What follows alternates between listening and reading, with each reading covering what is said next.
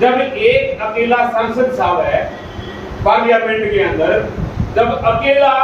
542 लोगों को एमपी को एक साइड में बिठा रहा है और उसकी हर मुद्दे के प्रमुखर होकर की मजबूती से इस समाज की जो आवाज रोड से लेकर के संसद तक उठा रहा है, तो उसके पीछे किसी ताकत का हाथ है, तो आप लोगों का हाथ है। वो हमारे भीम आर्मी के बैकबोन है, रीढ़ की हड्डी। क्योंकि संगठन चलाने के लिए सबसे पहले जो फाइनेंशियल होती है, वो एक इम्पोर्टेंट रोल होता है फाइनेंशियल का, ताकत है वो हमारी। अगर फाइनेंशियल की आपूर्ति भीम आर्मी संगठन की कहीं से हो रही है, तो वो उनमें से आप लोग सर्वोपरि हो कि जो हमेशा से हमारा सहयोग करते आए, हर काफी इनमें जैसे साथी भी मंत्री भी सहयोग करते हैं, काफी वो साथी भी हैं जो आंदोलन होते हैं उस टाइम पर भी सहयोग करते हैं,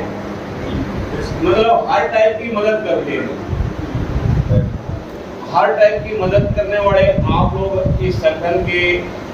साथ भीम आर्मी समाज पार्टी की नींव है, और आप लोगों को हम हर कहीं में तो आंदोलन में बुला सकते, न रोडों पे बुला सकते, क्योंकि कोई सरकारी कर्मचारी है, कोई पेशे से एडवोकेट है, कोई सीनियर सिटीजन है, जिन लोगों को हम लोग रोडों के ऊपर परेशान नहीं कर सकते। लेकिन आप लोगों का जो तजुर्बा है, जो एक्सपीरियंस है, जो दुनियादारी से सीखा है, वो हमारे पास है नहीं। जहाँ तक आइडिया है कि हर आदमी की नज़र भीम आर्मी की एक्टिविटी के ऊपर बड़ी रहती है, चाहे वो सोशल मीडिया के माध्यम से, व्हाट्सएप ग्रुप से, फोन से,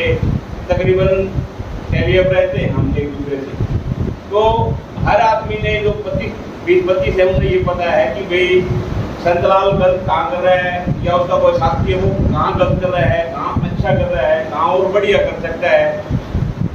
तो ये आज के चर्चा का उद्देश्य यही है कि आप लोगों से हम 6 महीने में, साल में इसी तरीके से प्रयास करेंगे कि भी आपसे हमारी बातचीत अपडेट रहे, आपसे जो आपका तजुर्बा है उसका फायदा हम भविष्य की जनरेशन को, हमारा भविष्य उसके लिए हम कैटर करें और उसका रिजल्ट दें हमारे भविष्य में आने वाली जनरेशन को।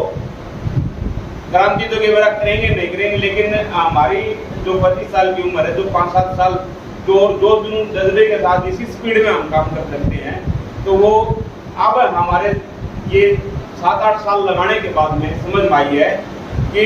हम गलत ट्रैक पे हैं या सही ट्रैक पे हैं, या हमें कोई और बदलाव करना चाहिए, या तो हमने स्पीड ज़्यादा करना चाहिए तो कम करनी चाहिए। तो आप लोगों से ये सब चीज़ों के सवाल है, आप लोगों के ध्यान में जो सवाल चल रहे हैं कि हमारा नेता गलत कर रहा है तो हमें क्या संदेश देना है, या गलत सही चल रहा है तो और किस तरीके से हमें चलना है। तो मेरा प्रयास भी है, माननीय सांसद साहब एडवोकेट चंद्रशेखर आजाद जी से अभी 1 मिनट पहले बात हुई है, नगीना के अंदर उनकी मीटिंग चल रही है, कार्यक्रम चल रहे हैं, तो बात हम रिक्वेस्ट करिए कि जी 1 मिनट निकाल करके वीडियो कॉल पे हमारे 20 से 25 साथी हैं और उनसे आप 1 मिनट बातचीत कर लोगे तो हमें भी अच्छा लगेगा, और जो साथी है उनसे भी हम दिल्ली तो सभी को ला करके नहीं मिला सकता एकदम, लेकिन धीरे धीरे प्रयास करेंगे कि भी कभी 5 साथियों को लेके चले गए, कभी 10 को लेके चले गए। दिल्ली आप लोगों की अथक प्रयासों से, जो मेहनत से, जो आपके चंदे के पैसे से जो भीम आर्मी ने संसद में जगह बनाई है, और एक दिल्ली जैसी हमारी राजधानी के अंदर एक साउथ वेन्यू के अंदर एक सरकारी स्थान प्राप्त किया है, जो सांसद कोटे से जो मिलता है, वहाँ पर बैठ करके हमारे नेताजी पूरे देश की राजनीति करने के चक्कर में है। तो हमें बड़ी मेहनत के बाद में आपके खून पसीने की कमाई से जो सहयोग राशि मिली है उससे सांसद बने हैं, और बखूबी सांसद महोदय समझते हैं, और वो हर कोने के हमारे उससे इंसान से वाकिफ होना चाहते हैं, मिलना चाहते हैं कि भाई जो सहयोगी है, जिसके बहुजन समाज की ललक है, सत्ता में भागीदारी सुनिश्चित करने की जो मन में है, तो उन सब लोगों को हमारा भी प्रयास रहेगा कि आने वाले भविष्य में हम लोग सांसद साहब से मिलवाएं। मिलने से, बातचीत करने से पता चलेगा कि उसकी मानसिकता क्या है, उसकी इंटेंशन क्या है। जो लोग आज के दिन बिल्कुल 50% विश्वास कर रहे हैं, तो हमें पूर्ण विश्वास है अगर सांसद साहब से जिस दिन आप मिलोगे, डेफिनेटली आपको विश्वास हो जाएगा कि उसकी उसका जो उद्देश्य है वो उद्देश्य क्या है। जब उद्देश्य का आपको पता चल जाएगा, डेफिनेटली 100% आप लोग हमारे तन मन धन से सहयोग करोगे। और जब बहुजन समाज के आप जैसे साथी लोग, सक्षम संपन्न लोग अगर सहयोग करेंगे तो कोई भी देश के अंदर सांसद साहब को दिल्ली की कुर्सी पर बैठने के लिए रोक नहीं पाएगा। जब एक अकेला सांसद साहब है पार्लियामेंट के अंदर, जब अकेला 542 लोगों को, एमपी को एक साइड में बिठा रहा है और उसके हर मुद्दे के प्रमुख होकर के मजबूती से इस समाज की जो आवाज रोड से लेकर के संसद तक उठा रहा है, तो उसके पीछे किसी ताकत का हाथ है, तो आप लोगों का हाथ है। अगर ये ताकत, ये आप लोगों का हाथ अगर पीछे चढ़ जाएगा तो नेताजी नहीं रहेंगे, उधर आप नहीं चढ़ेंगे। जब इस बहुजन समाज के नेता जब संसद में कुछ अपनी बात, अपने सत्ता में भागीदारी सुनिश्चित करने के लिए जोर आजमाइश करे हैं, तो उन लोगों को इन सामंती जो विचारधारा है, सामंती जो विचारधारा है, इन सभी लोगों ने जोर लगाया है कि हमारे महापुरुष जो रहे, पूज्य अम्बेडकर साहब रहे हैं, ज्योतिबा फुले जी रहे हैं, पेरियार रहे हैं, इन सभी लोगों ने जैसे जैसे क्रांति करना शुरू किया है, तो इनको हमारे महापुरुषों को चरित्र का ठप्पा लगाने के लिए, हमारे नेताओं को बदनाम करने के लिए, हमारे नेताओं के ऊपर अनर्गल जो आरोप प्रत्यारोप लगाने के लिए इन लोगों ने समय समय पर बहुत जोर लगाया। जब आज माननीय सांसद साहब चंद्रशेखर आजाद जी इसी दौड़ के अंदर हैं, तो आज उनके ऊपर भी तमाम टाइप के आरोप प्रत्यारोप और अनर्गल झूठे मुकदमे लगाए जा रहे हैं। ये लगेगी ये तमाम अगर इस विचारधारा के ऊपर अड़िग होकर के हम लोग डटे रहेंगे और ये कहेंगे कि हाँ हमने इस विचारधारा के अंदर रह करके और सत्ता के ऊपर काबिज होना है और महापुरुषों की विचारधारा को घर घर जाना है, तब इनके पेट में दर्द होगा। कि भीम आर्मी का हरियाणा के हर जिले के अंदर टीम बढ़ चुकी है, उसमें भी बहुत नजदीक आ जाएगा। आप लोगों ने इसके ऊपर समाज के अंदर ये विचार जो पनप रहा है कि काम करके बैठ जाना, सहयोग नहीं करना, चाहे सोशल एक्टिविस्ट होते, भीम आर्मी के होते, किसी पार्टी के भी हो, तो मेरी रिक्वेस्ट है आप बुद्धिजीवी समाज के सक्षम लोग हैं और आप लोगों की समाज के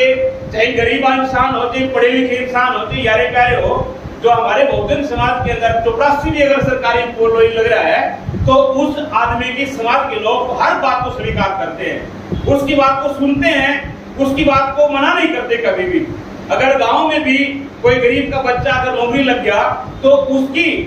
सारे गरीब समुदाय के लोग, सारे परिवार के लोग उसकी बात को सर्वोपरि लेते हैं और उसकी बात पे अमल भी करते हैं।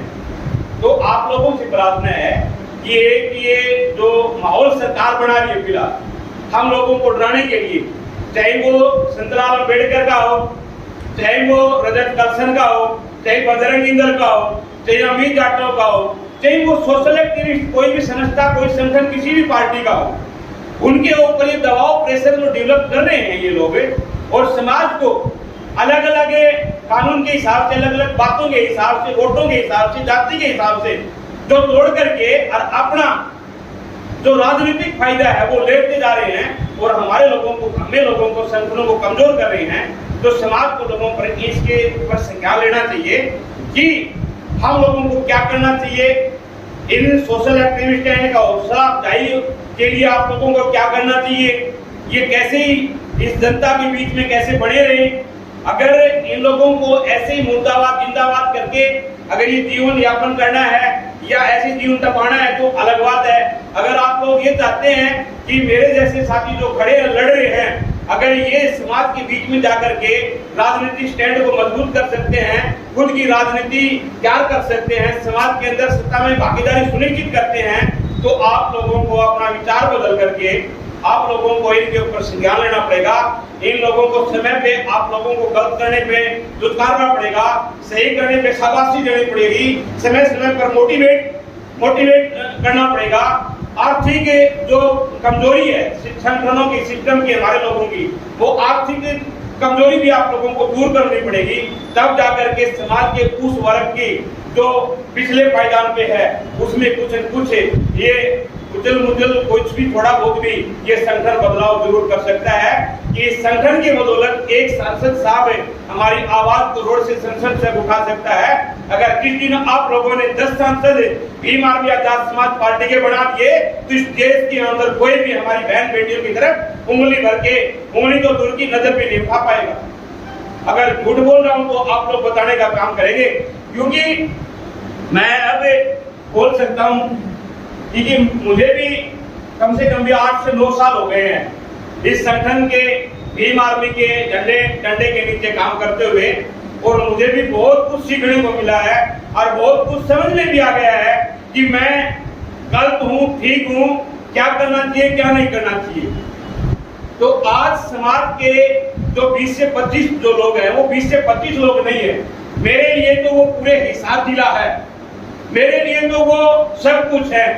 मेरे लिए तो चंद्रशेखर आजाद से भी बड़ी ताकत वही है। समाज से बड़ा संगठन नहीं, समाज से बड़ा चंद्रशेखर नहीं, समाज के बदौलत ही ये संगठन है, समाज के बदौलत ही सांसद साहब है, समाज के लिए ही वो काम करते हैं। तो इसीलिए आप लोगों से मेरी विनम्र प्रार्थना होगी कि आज आप लोगों को इसलिए बुला करके मैं ये चाय पे चर्चा रखी है कि बताने के लिए कि संतलाल अंबेडकर किसी एक जाति के से टच नहीं है। संतलाल अंबेडकर ने, आज मैं आपको एक एक के रूबरू कराऊंगा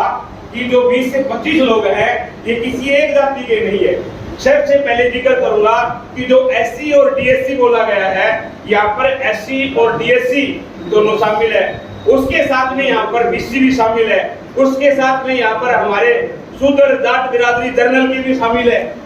मैं ये बातें इसलिए बोल रहा हूँ कि हमारे लोगों को इन चीजों से बड़ा पॉजिटिवनेस आती है। ये हमारे सुरेंद्र जांगू जी गांव बगड़ा से जाट बिरादरी से हैं, हमारे भीम आर्मी से आज 3 से 4 साल हो गए जुड़े। ये कोषाध्यक्ष रहे हैं हल्का आदमपुर के भीम आर्मी के, एडवोकेट है पवन टूंडवाल जी है, हमारे चांदराम जी हैं आर्यनगर से। इनके मैं जितना भी कहूँ उतना ही कम है, हमें जो भी सलाह लेनी होती है चांदराम साहब अच्छे से बताते हैं। इन्होंने मान्यवर तासीराम साहब को, इन्होंने बाबा साहब भीमराव अम्बेडकर साहब को, महापुरुषों को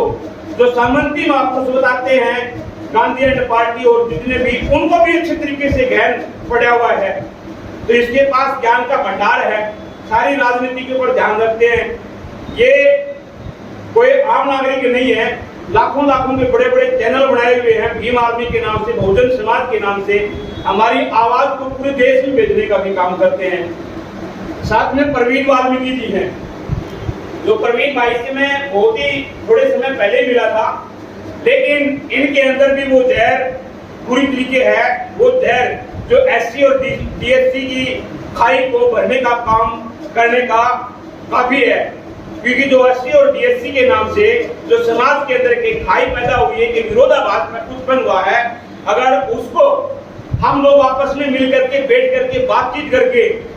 बातचीत करके समाधान करने का प्रयास नहीं करेंगे तो हम लोग समाज को फाड़ने वाले विरोधी लोग हैं। वो आज तो एससी डीएससी करके बांटे हैं, बाद में डीएससी को और भागों में बांटेंगे, ओएससी को और भागों में बांटेंगे,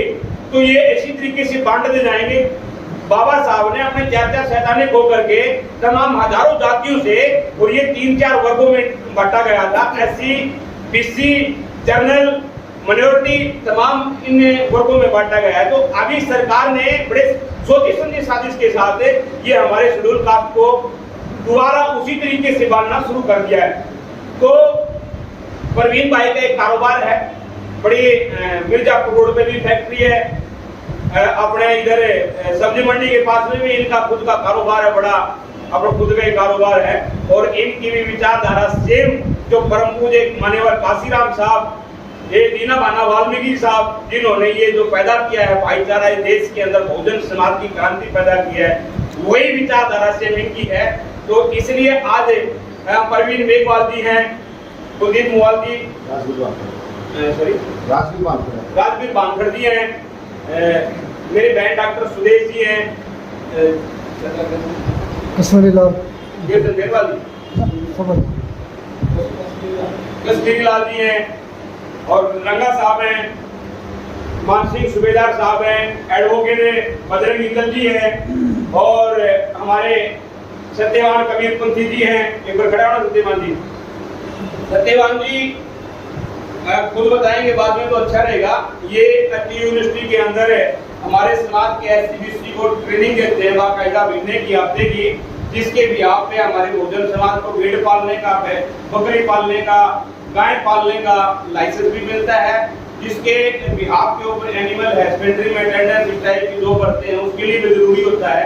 और ये इस टाइप की जो सेवा है समाज को लगातार देते आ रहे हैं और कम से कम भी 7-8 साल से हमारे संगठन से ये लोग बराबर जुड़े हुए हैं। जो एससी और डीएससी का जो समाज में सरकार ने खतरा फैसा, इसका इन पे कोई भी असर नहीं था। इन्होंने ये भी यही कहना है कि भाई ये समाज के साथ में जो राजनीति कर रहे हैं ये गलत है। अगर हक अधिकार सरकार ने देने होते तो जिस तरीके से जनरल को ईडब्ल्यूएस दिया है उसी तरीके से तो समाज में भेदभाव नहीं होता, विरोधाभास नहीं होता और काम भी हो जाता। ये तो जरूरी था, जिनको नहीं हक अधिकार मिल रहा उनको देना भी जरूरी है। तो बेटू सत्यवान जी, संदीप बोरिया जी हैं और वीर साहब तक स्कूल चलाते हैं सर आनंद सर, 10वीं तक, 12वीं तक है, 10वीं तक है, 10वीं क्लास तक है। नड़का चौक के आसपास में बहुत बड़ा स्कूल है सर का। ये देव है उमरा से ठेकेदारी का काम करता है। सुधीर साथरोड जी हैं, पेशे से डॉक्टर हैं,